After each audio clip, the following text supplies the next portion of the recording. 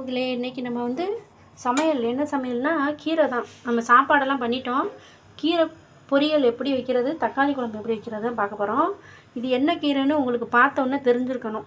நீங்கள் சாப்பிட்ருந்தீங்கன்னா உங்களுக்கு தெரிஞ்சிருக்கும், சாப்பிடாதவங்களுக்கு தெரியாது. இது என்ன கீரைன்னு பாருங்கள். இந்த கீரை வந்து சாப்பிட்டா உடம்புக்கு நல்லது, சூடு இதெல்லாம் இறங்கிரும். இது என்ன கீரை அப்படின்னா, நானே சொல்லிடுறேன், உங்களுக்கு தெரியுதா தெரியலன்னு தெரில. வெந்தயக்கீரை. அதாவது வெந்தயம் நம்ம தண்ணியில் ஊற போட்டு சாப்பிடுவோம்ல, அந்த மாதிரி இது வெந்தயக்கீரை. இது வந்து கொஞ்சம் லைட்டாக கசப்பு இருக்கும். இது வந்து பொரியல் பண்ணணும், சரிங்களா? இப்போ இன்றைக்கி வந்து நம்ம வந்து வெந்தயக்கீரை பொரியல் தான் பண்ண போகிறோம். அதுக்கு என்ன அதெல்லாம் எடுத்து வச்சுருக்கேன் அப்படின்னு பாருங்கள். வெந்தயக்கீரைக்கு வந்து தேங்காய், 2 பச்சை மிளகா, சீரகம், 2 பல் பூண்டு போட்டிருக்கிறேன். 2 பல் பூண்டு குட்டி குட்டி பூண்டாக போட்டிருக்கிறேன். அப்புறம் வெங்காயம் வந்து குழம்புக்கும் பொரியலுக்கும் சேர்த்து வச்சுருக்கேன். ஏன்னா தண்ணிக்குள்ளே போட்டு வச்சுருக்கேன். நான் வந்து எப்போயுமே வந்து வெங்காயம் வந்து நறுக்குனோம்னா தண்ணிக்குள்ளே போட்டு வச்சுருவேன். நம்ம வெளியில் வச்சுருந்தோம் அப்படின்னா கிருமிகள் வந்து ஒட்டிக்கிறோம். அது நமக்கு உடம்புக்குள்ளே போய் கேடு தான், சரிங்களா? நீங்கள் எல்லாம் இனிமேல் நறுக்கினீங்கன்னா நறுக்குன தட்டில் வச்சுக்கிறாதீங்க. போடும்போது நீங்கள் தண்ணியில் இருத்து போட்டுக்கோங்க. தனியாக வச்சுருந்தீங்கன்னா அது கிருமியெல்லாம் வரும், சரிங்களா? அப்புறம் இது வந்து நம்ம பொரியலுக்கு. அப்புறம் குழம்புக்கு வந்து தேங்காய் எடுத்து வச்சுருக்கிறேன். தக்காளி குழம்பு தான் வைக்க போகிறேன் இன்றைக்கி நான். பாருங்கள், தக்காளி குழம்புக்கு மிளகா, தக்காளி, அப்புறம் அந்த இது வெங்காயம் இதோட இருக்குதா, அவ்வளோதான். இந்த தேங்காய் அரைச்சி ஊற்றி அதுக்கப்புறம் மசாலா பொடி எல்லாம் போட போகிறோம். இதுதான்ப்பா இன்றைக்கி நமக்கு. சாப்பாடெல்லாம் பண்ணிட்டேன், நான் காலையிலே பண்ணிட்டேன். எங்கள் வீட்டுக்கார் வந்து நேற்று வச்ச சாம்பார் இருந்துச்சா, அதனால் எனக்கு வந்து குக்கர் சோறு பொங்குன்ட்டார். அதனால் நான் சாப்பாடெல்லாம் காலைல பண்ணிட்டேன். இப்போ இன்றைக்கி வந்து இந்த 2 மட்டும் நம்ம பார்க்கலாமா? பாருங்கள், கடாயில் எண்ணெய் ஊற்றியாச்சு. இப்போ இதில் வந்து கடுகு உளுந்தம்பருப்பு போட்டு இந்த கீரையை போட்டு நம்ம வந்து வதக்க போகிறோம், சரிங்களா? பாருங்கள், உருட்டு உளுந்து போட்டாச்சு, அப்புறம் கடுகு போட்டாச்சு, சரிங்களா? ஒரு வரமிளகா போட்டிருக்கிறேன், அவ்வளோதான். இப்போ வந்து நம்ம அதில் வெங்காயத்தை போட்டு தாளிச்சிடலாம். பாருங்கள், வெங்காயத்தை போட்டாச்சு. இப்போ நல்லா கொஞ்சம் ஒரு பொன்னிறமாக வந்ததுக்கப்புறம் கீரையை போட்டுடலாம்.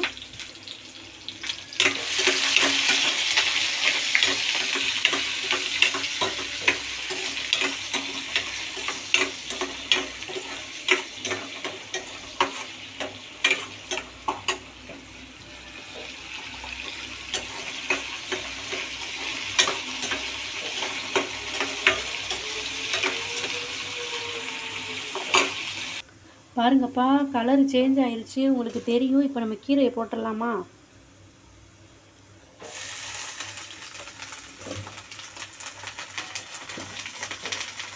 உப்பு வந்து நம்ம கீரைக்கு வந்து எப்போதுமே லாஸ்ட்டாக ஒரு பாதி வேக்காடு வந்ததுக்கப்புறம் தான் உப்பு போடணும்.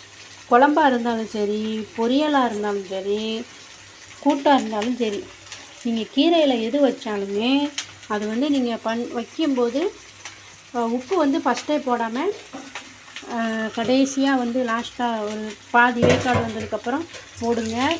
அதே மாதிரி கீரையை வந்து மூடி வந்து சமைக்கக்கூடாது. மூடி வந்து சமைச்சோம் அப்படின்னா அதோடைய இது வந்து மாறி போயிடும், சரிங்களா?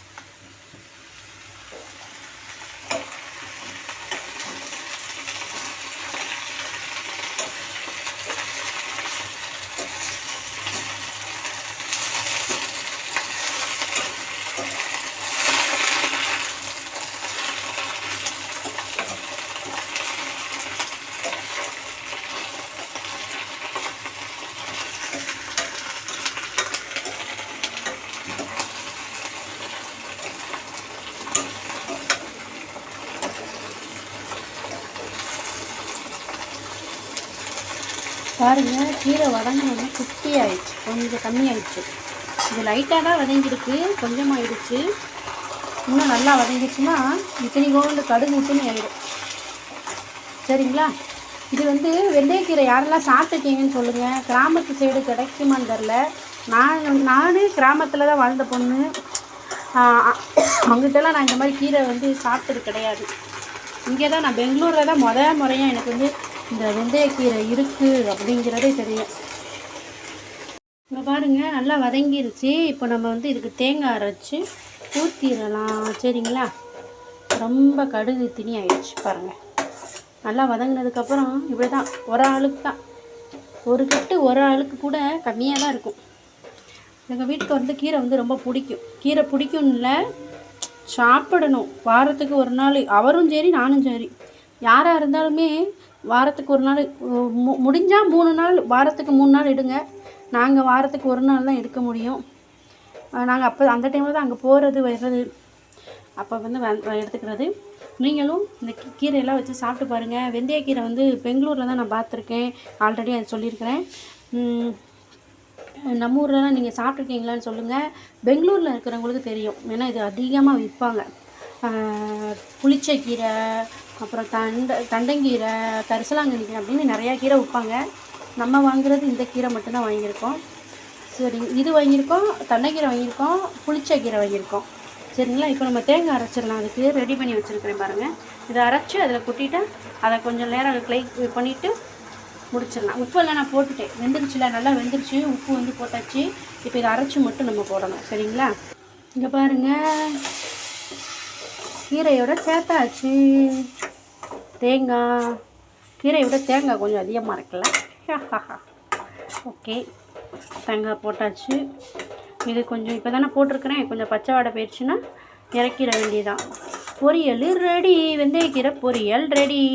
அப்புறம் நம்ம தக்காளி குழம்பு வைக்கலாமா? இது கொஞ்சம் அப்படியே வேக்காட்டில் அப்படியே வேகட்டோன்னு ஸ்லிம்மில் வச்சுருக்கேன் நான். நீங்களும் சிம்மில் தான் வச்சுக்கோங்க, ஏன்னா அதிகமாக வச்சாண்டா அடி பிடிச்சிரும், கரிஞ்சிரும். சரிங்களா? அதனால் சிம்மில் வச்சு கொஞ்சம் நேரம் ஒரு 5 நிமிஷம் கிடக்கட்டும். அதுக்கு நம்ம தக்காளி குழம்பை வந்து ரெடி பண்ணிடலாமா? பாருங்கள், தக்காளி குழம்புக்கு கடாயை வச்சாச்சு, அடுப்பு ஆன் பண்ணியாச்சு, பட்டை வச்சாச்சு.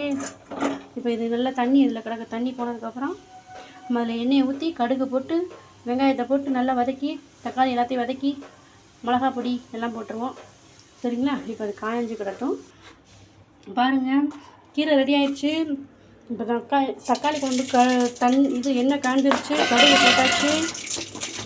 கடுகெல்லாம் நல்லா நல்லா டபடபடன்னு வெடிச்சு. அப்புறம் 2 மிளகா போட்டாச்சு, 2 மிளகாய். பாருங்கள், இது கருவேப்பிலை போட்டாச்சு. அப்புறம் நம்ம இது வெங்காயத்தை போடுவோம்னா இந்த லைட்டாக வர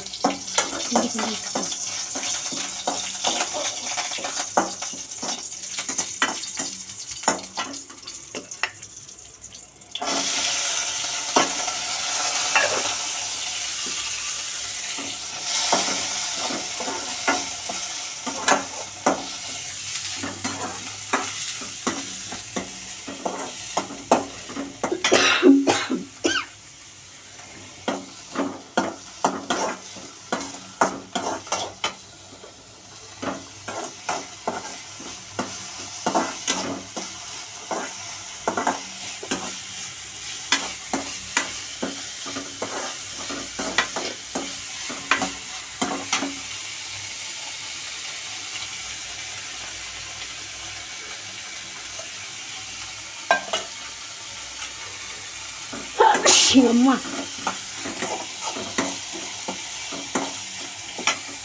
வெங்காயம் வதங்கிடுச்சு, கண்ணாடி பதத்துக்கு வந்துடுச்சு. இதுக்கு மேலே போட்டால் கருவிடுவாங்க தம்பிகள். இப்போ நம்ம என்ன செய்ய போகிறோம்னா தக்காளியை போட போகிறோம். சரிங்களா?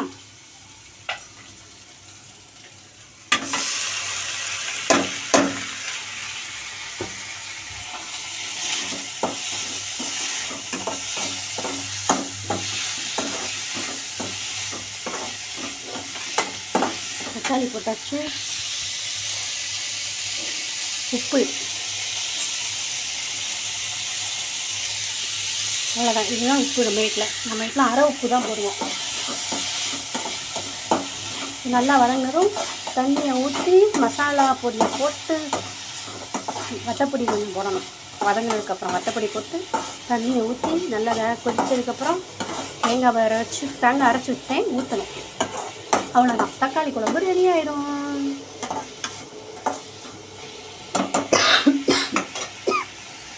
இங்கே பாருங்கள், லைட்டாக மஞ்சள் பொடி போட்டுக்கோங்க. அவ்வளோதான், இவ்வளோ தான் போடுறாங்க. சரிங்களா, நிறைய போட்டுறாதீங்க. கொஞ்சோண்டு லைட்டாக ஒரு பிஞ்ச் மஞ்சப்பொடி போட்டாச்சு.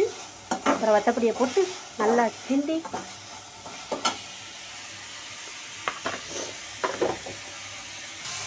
பாருங்கள். கொஞ்சோண்டு வத்தப்பொடி போட்டாச்சு. ஏன்னா நம்ம 2 மிளகா போட்டிருக்கோம், அதனால் கொஞ்சோண்டு வத்தப்பொடி போட்டால் போதும். சரிங்களா, நீங்கள் மிளகா சேர்க்கலை அப்படின்னா கொஞ்சம் அதிகமாகவே வத்தப்பொடி போட்டுக்கலாம். நம்ம மிளகா சேர்த்துருக்கோம் இல்லையா, அதனால் கொஞ்சோண்டு வத்தப்பொடி போட்டாச்சு. நல்லா வதங்கிருச்சு. இப்போ தண்ணியை ஊற்ற வேண்டியது. தண்ணியை ஊற்றி கொதிக்க விட்டுற வேண்டியதான்.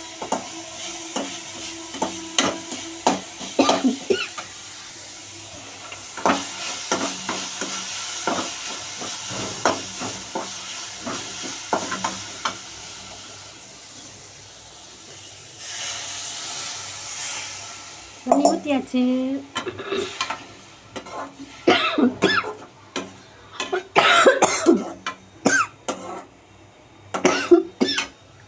இங்கே பாருங்கள், நல்லா கொதிச்சிருச்சு. இப்போ நம்ம தேங்காய் அரைச்சி வச்சுருக்கோம்ல, அதை ஊற்றிடலாம்.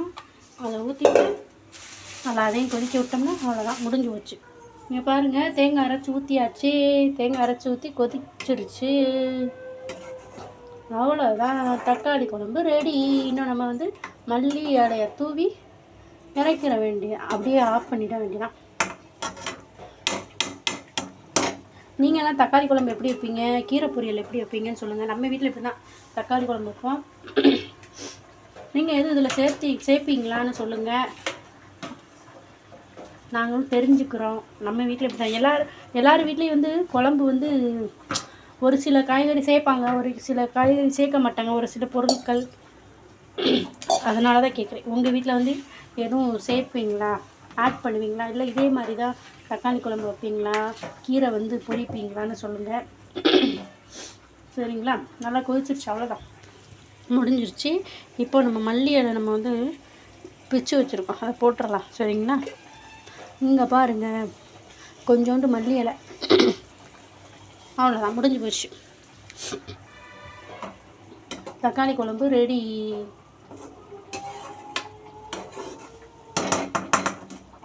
அப்புறம் வறுத்து வச்சுருக்கேன் பாருங்கள்.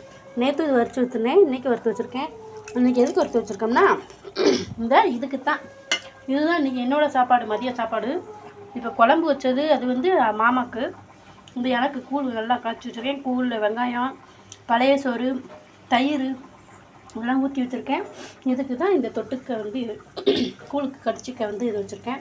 இன்னொன்று ஊறுகாய் இருக்குது. ஊறுகாய் வந்து கடையில் வாங்கினது. சரிங்களா, ஊறுகாய் நான் சாப்பிட மாட்டேன், எங்கள் மாமாவுக்கு தான் பிடிக்கும். எனக்கு அந்த நாட்டு முறையை வந்து பிடிக்காது.